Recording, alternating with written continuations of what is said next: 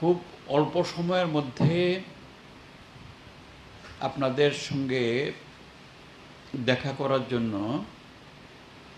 খবর দিতে হয়েছে, যেহেতু বিষয়টা অত্যন্ত জরুরি।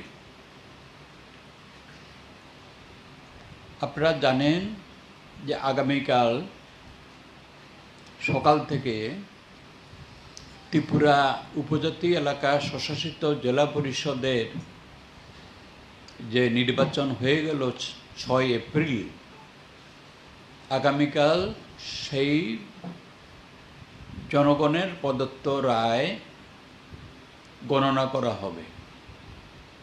কিন্তু বিকেল থেকে পরিস্থিতি অত্যন্ত ভয়াবহ হয়ে উঠেছে। শাসক দল বিজেপি এবং তাদের সঙ্গীরা হিংস্র আক্রমণ শুরু করেছে। মোহনপুরে যিনি এই মোহনপুরের মহকুমা ম্যাজিস্ট্রেট অর্থাৎ এসডিএম, তার অফিসে ঢুকে বিজেপির লোকেরা তার কক্ষে ঢুকে দাবি করে যে কালকে কোনো কাউন্টিং ছাড়া ভোটের ফলাফল ঘোষণা করতে হবে। আমরা খুব নির্ভরযোগ্য সূত্রে এই খবর পেয়েছি এবং আরও 2-3টি জায়গা থেকে সেটা সমর্থিত হয়েছে। এসডিএমের সঙ্গে কি কথা হয়েছে সেটা তো জানার উপায় নেই। তো মানে যে হুমকিটা তারা দিয়েছে সেটা জানতে পেরেছি এবং তাকে বলা হয়েছে যে বিরোধী দলের কোনো কাউন্টিং এজেন্টকে গণনা কেন্দ্রেই ঢুকতে দেওয়া হবে না, এই ব্যবস্থা করতে। যদি বা ঢুকে তাদেরকে পিটিয়ে বের করে দিতে এবং তারা যা করবে সেখানে কোনো বাধা না দিতে। এরপরে এরা যখন বেরিয়ে আসছিল তখন অফিসের ভেতরটা ভাঙচুর করে যায়। তো বুঝতে পারছেন যে শুরুটা কিভাবে হয়েছে আজকে বিকালে। এবং কিছুক্ষণ আগে খবর পেলাম যে ত্রিপুরা মথার যিনি চেয়ারম্যান এবং নিজেও ভোট প্রার্থী এবার হয়েছেন, তিনি খবর পেয়ে মোহনপুর গেছিলেন, তার উপরও আক্রমণ হয়েছে। তাকে ওখানে নাকি কিছু পুলিশ ছিল, কোনো রকমে রক্ষা করে এখন আগরতলায় পৌঁছে দেওয়ার ব্যবস্থা করছে।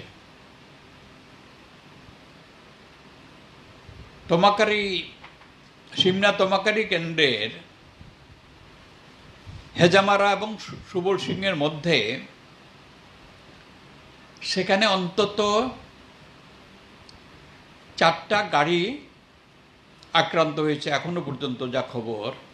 তারপরে এই খবর পেয়ে দুদিকে সমস্ত যান চলাচল বন্ধ হয়ে গেছে। এটাও আমরা খবর পেয়েছি যে গোমতী জেলার অতিরিক্ত জেলা শাসক তিনি আগরতলা থেকে খোয়াই যাচ্ছিলেন, তার গাড়িও সুবল সিংয়ে ভাঙচুর হয়েছে। এখন তিনি কোথায় আছেন আমরা জানি না।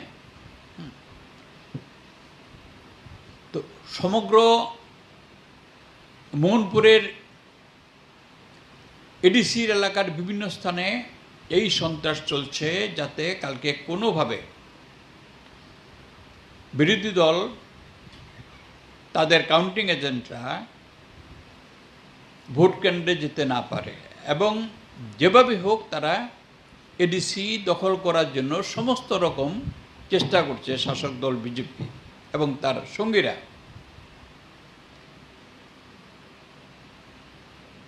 পেকুয়ারজোলা জন্মেজয়নগর কেন্দ্রের আমাদের প্রার্থী নেতাজি দেববর্মা, তার কেন্দ্রের ভোট গণনা হবে কালকে জম্পিজলা। তিনি যাতে উপস্থিত থাকতে পারেন বিকেলেই রওনা হয়েছেন। তার এবং তার সঙ্গে যারা ছিলেন তাদের উপরে গাবর্দিতে আক্রমণ হয়েছে, গাড়িটা ভেঙে চুরমার করা হয়েছে। তিনি প্রাণ রক্ষায় সেখান থেকে পালিয়ে যান। এখনও তার সঙ্গে কোনো যোগাযোগ করা যাচ্ছে না, কোথায় তিনি আছেন।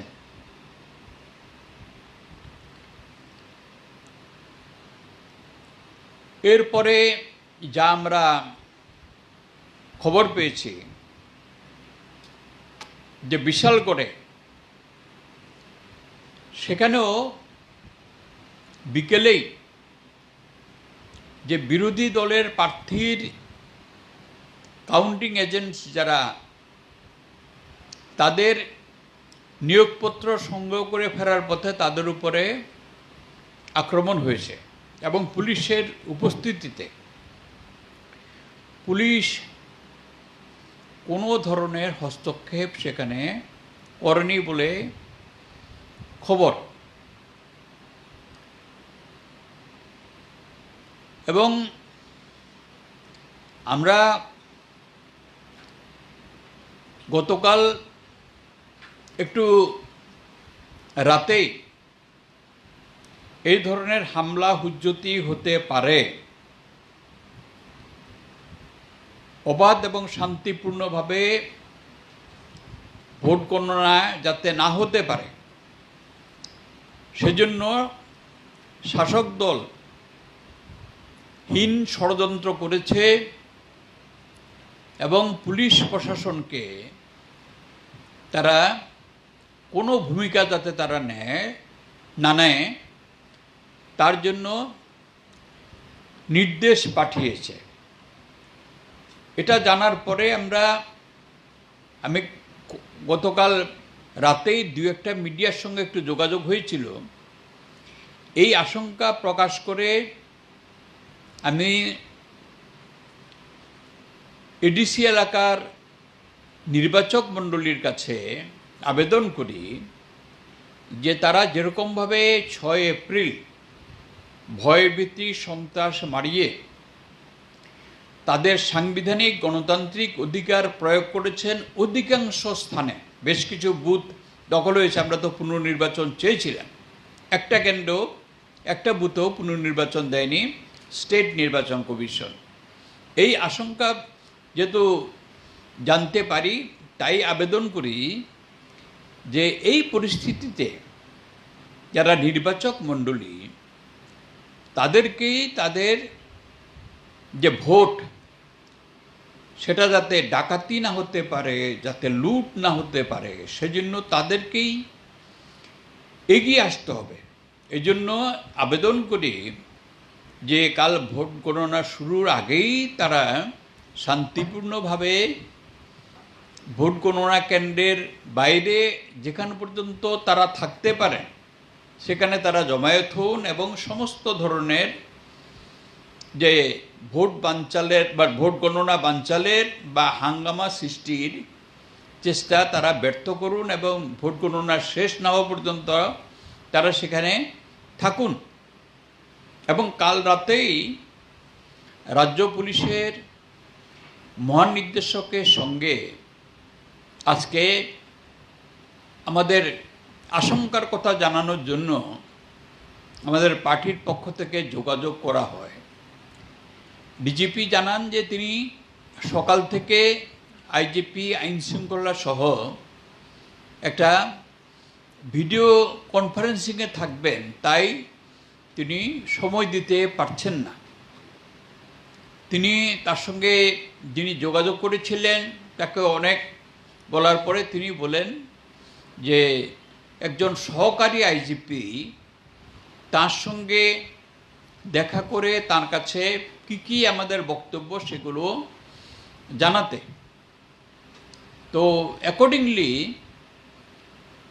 আজকে সকালেই সেই অফিসারটির সঙ্গে যোগাযোগ করা হয় এবং আমরা পার্টির একটা প্রতিনিধি দল তার সঙ্গে সাক্ষাৎ করি।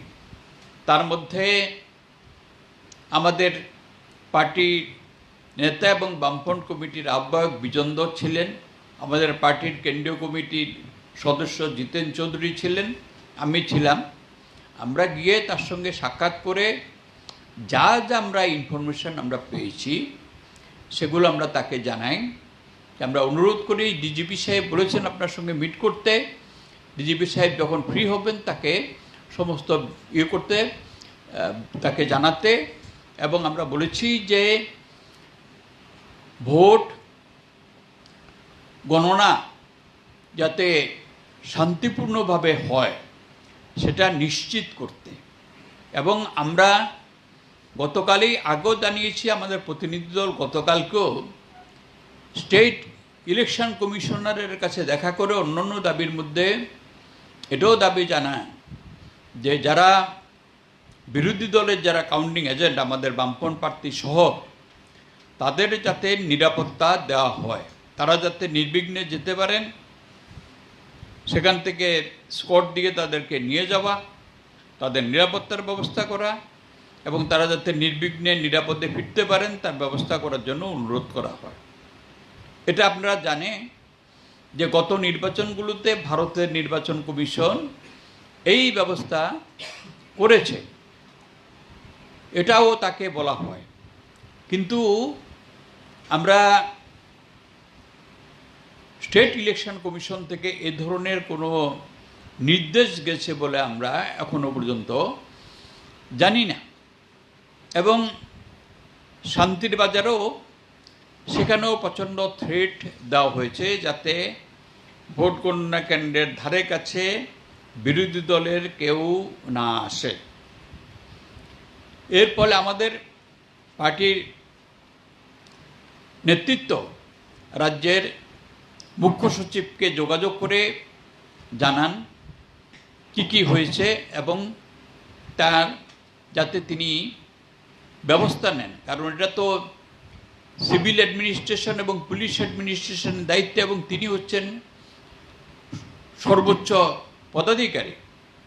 এবং তারপরে আমিও তাকে টেলিফোন করে জানাই এবং আমরা আমাদের পার্টির পক্ষ থেকে দাবি করি যে এক্ষুনি যে সমস্ত জায়গাতে 144 ধারা জারি করা হোক এবং ভোট গণনা কেন্দ্রগুলো সুরক্ষিত করা, যাতে কোনো রকম হাঙ্গামা হুজ্জতি না হতে পারে, ভোট ডাকাতি না হতে পারে, সেটা তিনি ব্যবস্থা করুন। আমরা এটাও তাকে বলি যে আগের নির্বাচনগুলোর গণনার আগে এটাই হয়ে আসছে যে যাতে নির্বিঘ্নে ভোট গণনা হতে পারে তার জন্য আগেভাগেই 144 ধারা জারি করা হয়েছে। আমরা সেই নজিরও তাকে তুলে ধরি। আমরা অনুরোধ করি যে এখনই সেই ব্যবস্থা নিতে হবে, কারণ এটা তো জেলা শাসকরা জারি করেন এবং মুখ্য সচিবের যে নির্দেশ লাগে, সেজন্য আমরা অনুরোধ করেছি জেলা শাসকদের এখনই আপনি নির্দেশ দিন যাতে এই পদক্ষেপ নেওয়া হয়। কিছু কিছু ঘটনা আইজিপি আইন শৃঙ্খলা তাকেও টেলিফোনিক্যালি জানিয়েছি এবং যে আশঙ্কা আমরা করছিলাম, যা গতকাল আমরা যে খবর পেয়েছি এবং আজকে দেখা যাচ্ছে যে আমাদের আশঙ্কাই সঠিক। এখনও ভোট গণনা শুরু হতে কয়েক ঘন্টা বাকি। আমরা যে রাজ্যের প্রশাসন এবং আরক্ষা প্রশাসন তাদের আবারও দৃষ্টি আকর্ষণ করছি যে তারা যাবতীয় ব্যবস্থা নিন যাতে কালকে নির্বিঘ্নে ভোট গণনা হতে পারে এবং কোনোভাবে যাতে মানুষের প্রদত্ত রায় সেটা ডাকাতি না হতে পারে, এটা তারা নিশ্চিত করুন সমস্ত জায়গাতে।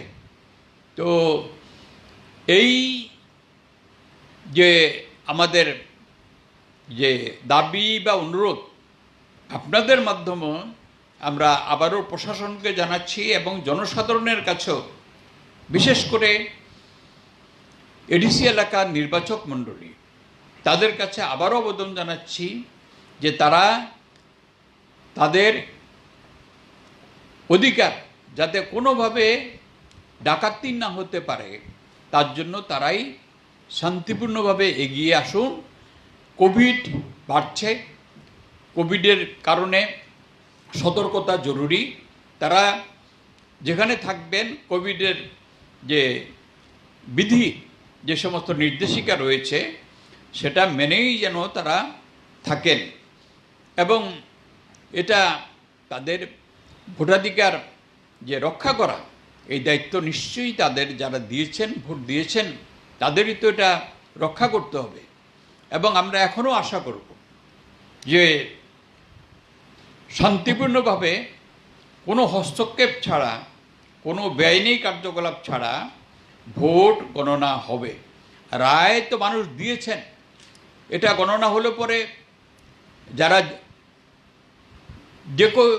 যে কোনো প্রার্থী জিততে পারেন, কিন্তু তার আগে যাতে, গণনার আগে যাতে কোনোভাবে টেম্পারিং না হতে পারে, সেই জন্য নির্বাচন, যে স্টেট নির্বাচন কমিশন, অসামরিক প্রশাসন, আরক্ষা কর্তৃপক্ষ যাবতীয় ব্যবস্থা নিতে হবে। না হলে পরে আমরা এই আশঙ্কাও প্রকাশ করছি, যা পরিস্থিতি তাতে যে কোনো ধরনের হিংসাত্মক ঘটনা হতে পারে। যদি মানুষের ভোট ডাকাতি হয়, মানুষ তো এটা নীরবে মেনে নেবেন না। হ্যাঁ, তো সুতরাং তারা তো তাদের অধিকার কেড়ে নিলে তারা তার প্রতিবাদী হতে পারেন, সেজন্য আশঙ্কা আমাদের রয়েছে। সেই আশঙ্কার কথাও আমরা পুলিশ প্রশাসনকে জানিয়েছি এবং আমরা এই আবেদনও করছি যে কোনোভাবে শান্তি সম্প্রীতি কেউ বিঘ্নিত হতে দেবেন না এবং কোনো ধরনের প্ররোচনা এবং উস্কানির ফাঁদে তারা পা দেবেন না। এবং এই যে আমাদের রাজ্যের মধ্যে যে কয়েকটা নির্বাচন ব্যতিরেকে যখন যে বামফ্রন্ট বিরোধীরা ক্ষমতায় ছিল, হ্যাঁ, সেখানে নির্বিঘ্নে অবাধে ভোট হয়েছে, ভোট গণনা হয়েছে। তো এটাই এখন একটা অন্য পরিস্থিতি, একটা এই পরিস্থিতিতে এটা আশঙ্কা রয়েছে। সে কারণে আমরা বারবার বলছি যে কোনো ধরনের যাতে সংঘর্ষ হতে না পারে, কোনো রকম উত্তেজনা হতে না পারে, তার দিকে অসামরিক এবং পুলিশ প্রশাসন তারা নজর রাখুন, তারা এখনই আগাম ব্যবস্থা নিন। এই যে এটাই আপনাদের মাধ্যমে জানানো, সেটাই জানালাম। যদি আপনাদের কোনো প্রশ্ন থাকে আপনারা করতে পারেন।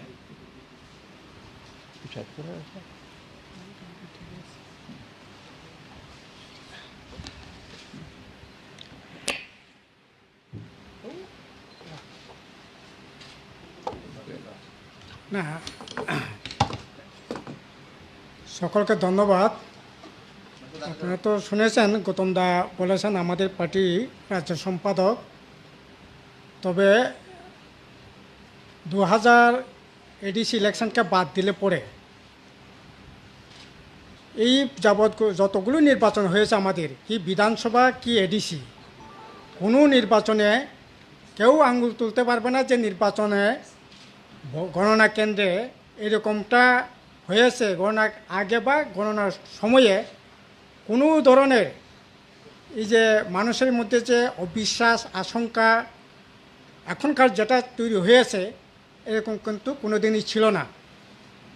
এবারেই এই যে বিজেপি আইপিএফটি জোট সরকার আসার পর যতগুলো নির্বাচন হয়েছে, নির্বাচনের সময় তো হয়েছেই, এরপরে নির্বাচন গণনা কেন্দ্রও যদি এরকম হয় বা হয়েছে, এখনও যদি এটা হয়, তাহলে কিন্তু রাজ্যের মানুষ, শান্তিপ্রিয় মানুষ, গণতান্ত্রিক অংশের মানুষ এটা তো কোনোভাবেই মেনে নেবে না।